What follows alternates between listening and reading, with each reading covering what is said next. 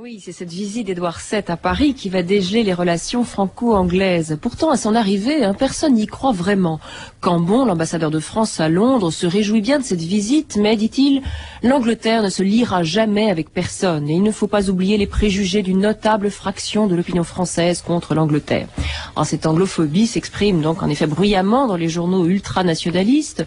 L'Autorité, par exemple, qui n'a pas digéré l'humiliation de Fachoda, adresse une lettre ouverte au roi d'Angleterre. Monsieur, votre présence à Paris choque, offense et révolte nous autres, les patriotes.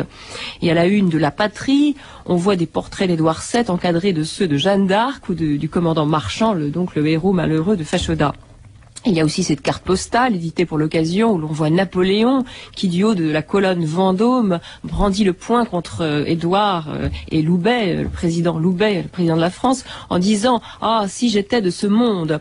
Une chanson populaire sur l'air de Viens Poupoule s'en prend à la manie du président Émile Loubet de toujours courir après les étrangers. « Viens Mimi, le viens, viens presser dans tes bras Édouard VII, gros et gras ». Mais Édouard VII n'est pas seulement gros et gras, il est aussi très sage et il a décidé de ne pas entendre les sifflets et de multiplier les déclarations aimables. Une divine providence destine la France à devenir notre plus proche voisine et je l'espère jamais notre amie. Donc déclaration officielle, mais au-delà de ça, Édouard VII séduit aussi par son style bonhomme. Par exemple, lui qui adore le théâtre se voit proposer le très sérieux misanthrope au théâtre français. Non, répond-il, je ne veux pas être traité comme le chat de Perse, j'aimerais voir une pièce nouvelle. Alors, pas de problème, il verra la pièce à la mode, L'autre danger de Maurice Denet. Au mot spirituel de la pièce, le roi rit librement, s'extasie le Figaro. Et à la jolie comédienne, le roi, qui aime bien les femmes, déclare « Ah, mademoiselle, vous personnifiez toute la grâce et l'esprit de la France ».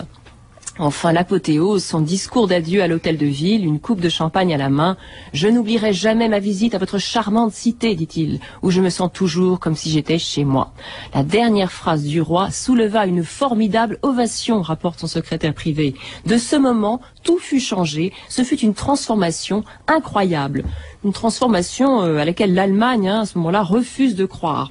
Une entente anglo-française solide est impossible, affirme le Poste de Berlin. Les problèmes coloniaux ne tarderont pas à se manifester et ces liens artificiels se briseront sous le choc. On dit souvent, Christine Geoffroy, que les rois et les reines d'Angleterre ne servent pas à grand-chose. Mais là, alors, en 1903, Édouard VII a joué un rôle énorme pour dégeler les relations franco-britanniques en finissant par renverser complètement l'opinion publique en France.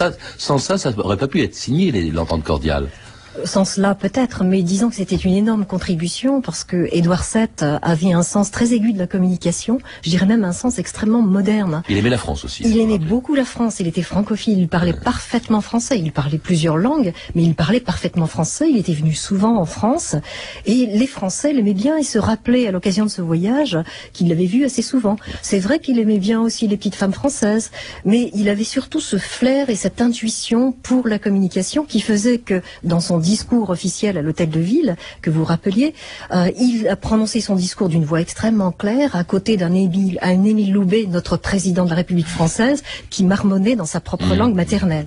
Et dans sa barbe. Alors, cela dit, ça a été évoqué aussi à la fin des textes lus par Stéphanie, il y avait un problème qui demeurait pendant, c'était le problème colonial. Il y avait tous ces contentieux coloniaux. Or, justement, c'est quoi l'entente cordiale? C'est le fait qu'on va aplanir, finalement, ce contentieux, qui porte uniquement sur les colonies. Alors, c'était important, mais c'est une série d'accords, en fait, sur le partage des colonies entre la France et la Grande-Bretagne, et surtout, le point d'orgue le plus important, c'était qu'au fond, l'Angleterre et la France vont s'échanger, en quelque sorte, l'Égypte. La France va laisser l'Angleterre en Égypte, s'installer en Égypte, moyennant quoi, l'Angleterre va laisser à la France la possibilité, donc, de faire du Maroc un protectorat.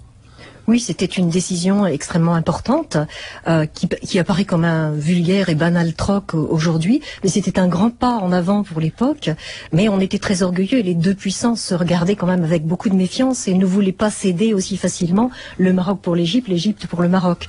Donc c'était l'occasion de mettre sur la table toutes les questions litigieuses et on sautait d'un continent à l'autre pour essayer de trouver des compensations.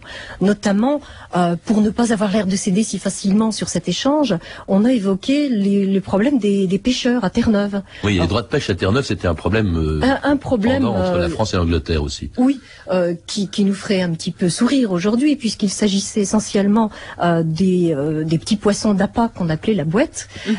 Donc, les pêcheurs anglophones de Terre-Neuve avaient interdit aux pêcheurs français de pêcher ce petit appât, ce qui fait que les Français répliquaient par, disons, des agressions sauvages des casiers à homards des Britanniques. Donc, on en était à des chamailleries quotidiennes, mais n'empêche que dans les pourparlers de négociations qui ont eu lieu entre Lansdowne et puis Paul Cambon... Lansdowne qui était le ministre des Affaires étrangères anglais, hein, l'homologue de Delcassé en France. C'est devenu le problème pivot de l'échange Maroc contre Égypte. Ah oui, on règle des tas d'autres problèmes en Asie, au Siam, aux Nouvelles-Hébrides qui devient un condominium, et puis alors en Afrique noire et en Afrique saharienne. Alors là, comme vous le dites, on entre aussi dans les moindres détails. Vous dites qu'on s'intéresse même aux mœurs des dromadaires pour modifier les frontières entre le Niger français et le Nigeria anglais. C'est extraordinaire ça. Oui, parce que c'est l'occasion, on se dit, mais on pourrait peut-être régler aussi ce problème de frontières entre le Niger qui est sous influence française et le Nigeria sous influence britannique. Alors comment va-t-on faire ce tracé? Les explorateurs n'ont pas encore donné des données très précises sur ce futur tracé et on s'interroge par rapport au point d'eau. C'est vrai que dans ces régions, ce sont les chameaux qui conduisent les hommes. Donc on se dit, est-ce qu'il faut tracer la frontière à 500 mètres au sud de tel ou tel point d'eau, ou bien 5 km, ou bien 10 km? Donc on en vient à parler des mœurs des chameaux. La même chose, même genre de discussion pour les rapides du Niger. Comment va-t-on pouvoir naviguer sur les rapides du Niger? Donc on va parler de la technique de transbordement des pirogues, par exemple. En tout cas, on finit par s'entendre, Christine Geoffroy, et ça débouche sur un accord donc de 26 articles, ce qu'on a appelé l'entente cordiale, conclue finalement le 8 avril 1904 pour la plus grande joie du président de la République française et du roi d'Angleterre. Je ne saurais vous dire, Monsieur le Président, ma joie. L'Angleterre et la France marchent, comme nous disons en anglais, le bras dans le bras. Je suis heureux de constater, sire, qu'entre nos deux pays, il ne reste plus aucun point de friction. Cela est dû pour une grande part à Monsieur Delcassé. Je vous remercie, sire. Mais nous le devons surtout au plus grand des diplomates. Je veux parler du roi d'Angleterre. Ce n'est pas une alliance. Ils disent entente cordiale. Entente cordiale. Mon cher ambassadeur, ce n'est pas un mot du vocabulaire diplomatique. Je crains, pour nous, que ce ne soit beaucoup plus. Et vous entendez en ce moment la marche de l'entente cordiale, composée à l'époque, en l'honneur de cette entente cordiale en 1904, et jouée par le BBC Military Band. Alors, comme on l'a entendu, Christine Geoffroy, ça va aller beaucoup plus loin qu'une entente, parce que ces affaires-là de chameaux, de Niger, de pirogues, tout ça, au fond, ça compte pas. Ce qui compte, c'est la démarche qui va conduire la France et l'Angleterre à se retrouver côte à côte en 1914. Tout à fait. L'entente cordiale a permis cette ère de relations nouvelles entre la France et la Grande-Bretagne où, étant donné qu'il s'agit d'une entente et non pas d'une alliance, chaque puissance garde une forme de liberté. Et donc cette liberté les conduit soit vers une alliance, soit au contraire à diverger, à l'image de toute notre histoire, puisqu'on ne peut pas ouvrir un livre d'histoire de France sans y trouver les Anglais, et on ne peut pas ouvrir un livre d'histoire de l'Angleterre sans y trouver les Français. Sauf qu'au XXe siècle, on les retrouve côte à côte, en 14, en 40, où il a même été question, c'est extraordinaire, en pleine débâcle française, d'une union franco-anglaise. Oui, tout à fait, tout à fait.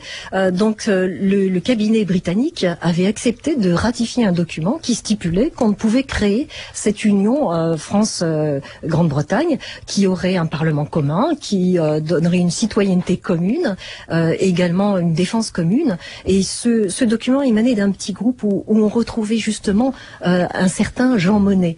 Et De Gaulle, qui se trouvait à Londres pour cette journée du 16 juin, avait accepté de téléphoner cette proposition au cabinet du Conseil français. Donc il téléphone dans la journée à Reynaud, donc le président du Conseil.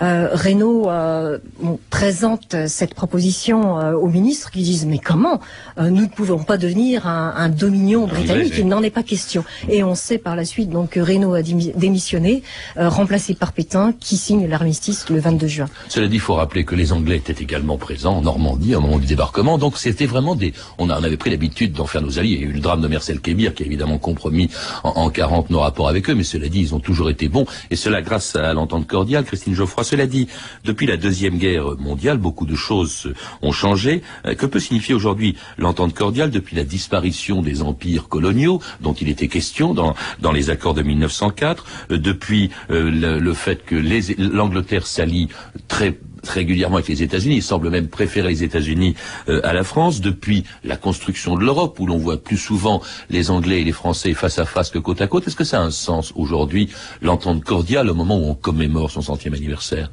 Alors moi je crois que l'entente cordiale garde son sens, même si l'équilibre européen n'est plus du tout le même, étant donné que la Grande-Bretagne reste écartelée entre l'Europe et les États-Unis.